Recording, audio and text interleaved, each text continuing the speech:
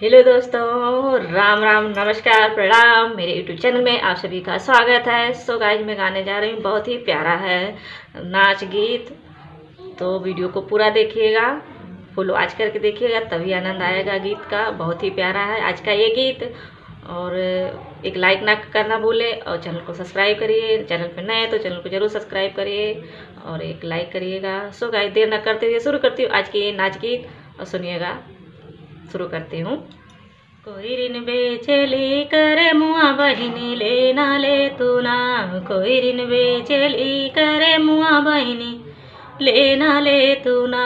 कोई ऋण बेचेली करे मुआ बहिनी, लेना ले तू ना। कोई ऋणिया के खेतवाना बारिया हो, खेतवाना बारिया। है छोटकी कोलैया बहिनी, देना दे तू ना।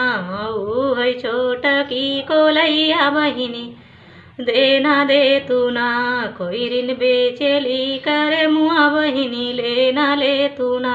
कोई ऋण बेचेली करे मुआ अम्मा, लेना ले तू ना। कोई ऋण बेचेली करे मुआ अम्मा, लेना ले तू ना।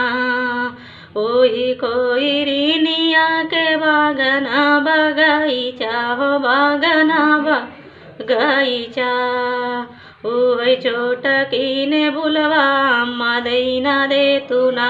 ओह छोटकी ने बुलवा अम्मा, देना दे तू ना। ओह छोटकी ने बुलवा अम्मा, देना दे तू ना। कोई ऋण बेचेली करे मुआ दीदी, लेना ले तू ना। कोई ऋण बेचेली करे मुआ बहिनी, लेना ले तू ना। कोई ऋण बेचेली करे मुआ अम्मा, लेना ले तू ना। ओह कोई ऋणिया के लड़का ना बच्चा हो, लड़का ना बच्चा। है कोई ऋणिया के लड़का ना बच्चा हो, लड़का ना बच्चा। है छोटकी ननदिया बहिनी, देना दे तू ना।